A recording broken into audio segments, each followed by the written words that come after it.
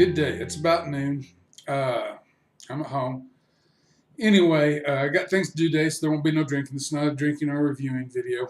Uh, we'll touch on the 2017 whiskeys that are memorable to me and and what made the lasting impact for me.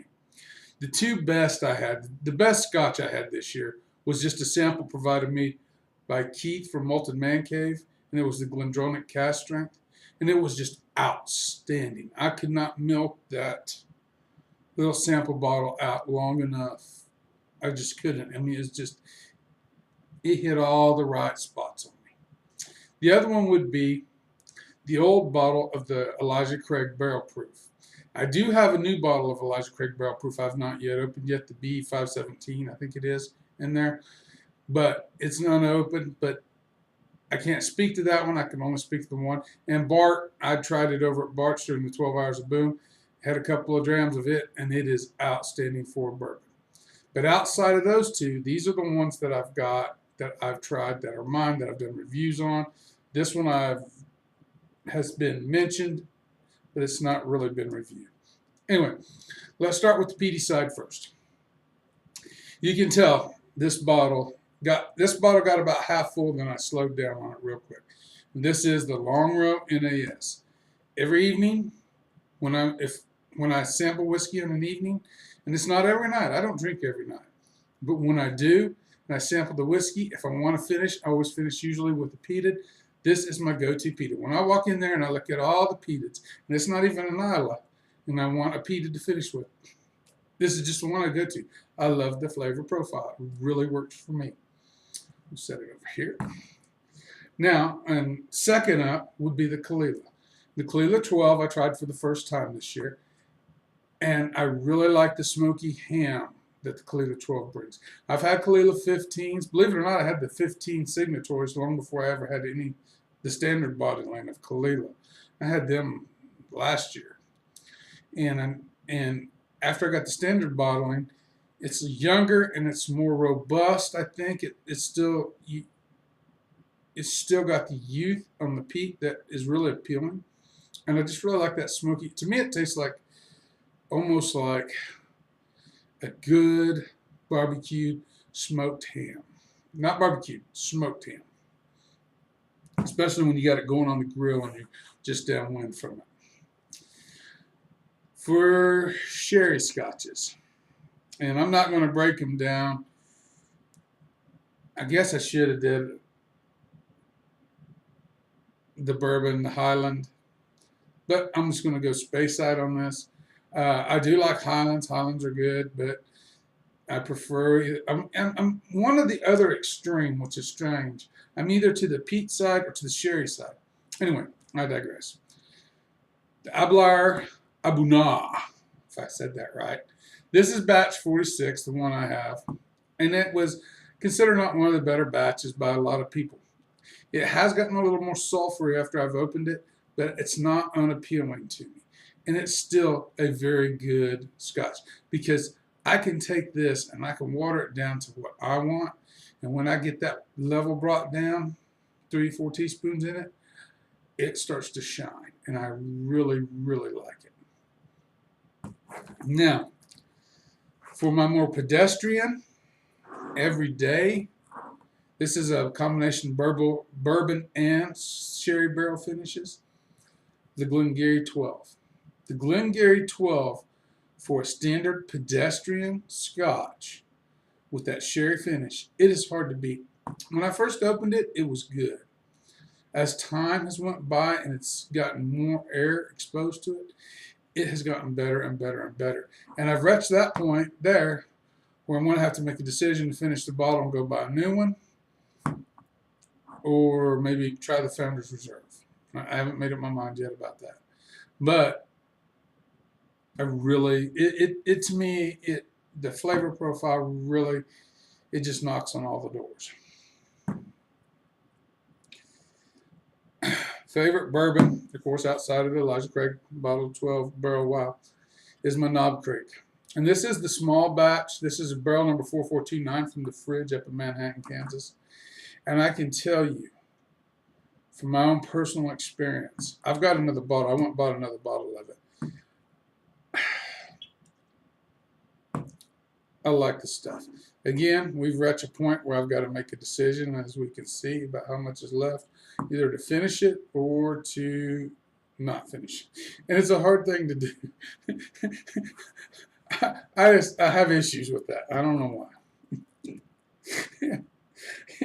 Anyway, this is more of a blended. It's known as a bourbon cigar blend bourbon.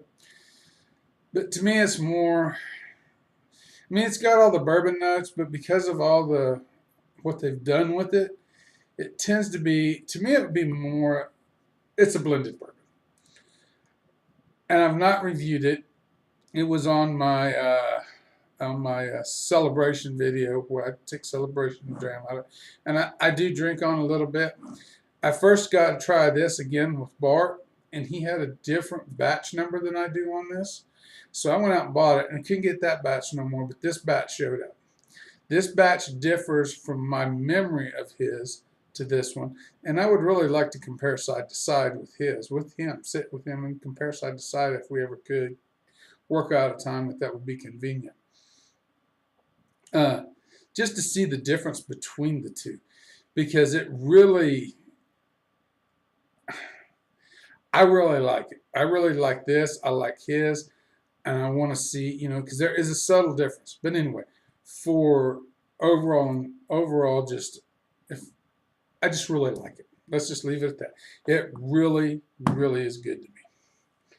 All right, now my dummy's going on. I'm going to touch on the Sexton Irish Whiskey. I'm not an Irish whiskey guy by any means for the most part. I bought the bottle because marketing, the bottle was cute, it's neat. I've had Irish whiskey in the past. I've had Jamesons, Bushmills, I don't know what else. The Hellcat Maggie. There's a couple of others in there that I've had. The Tullamore Dew. And it seems like I've had a couple. Over the years, it's kind of, my memory goes. Anyway, but this one I opened this year, and I like this. I mean, it's not, I can't say it's the most outstanding whiskey I've ever had by any means. No. Does it compare to any of those? No.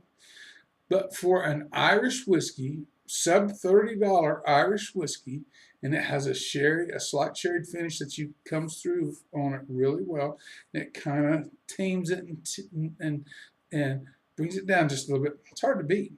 It's really hard to beat. So if I was to pick, but I've only got 2 Irish whiskeys I've tried this year, so it's really not a fair contest. But this is the better of the two. The Hellcat Maggie was awful, and I wouldn't get a Jameson's or Bushmills. I have no desire to buy those anymore. So anyway, that's my take on 2017. 2018, I looked to try some more Canadian whiskeys. Foodquig sent me a 40 Creek. Oh, I got the empty right here. Hold on. 40 Creek Founders Reserve Canadian whiskey. It was 45% ABV. And it's kind of changed my view. The sample was excellent. I wish he had sent me 10 samples, but one was all I got. And I'm grateful for the one I got, in all truth. And if I could find the bottle, I'd buy it, but that's not something you find here in Kansas. But it has changed my view of Canadian whiskeys by a long shot. So I've since acquired a couple of more 40 Creeks, and I think maybe I will start doing a few Canadian whiskey reviews in this, just to change it up. And then I'm going to try to do a shootout, a budget Scotch shootout, budget blend Scotch shootout. And I don't know why. It sounds fun. I've already spent the money to buy all these little half pints and pints. I just want readily available budget. Compare them all and then have a winner, just for the heck of it.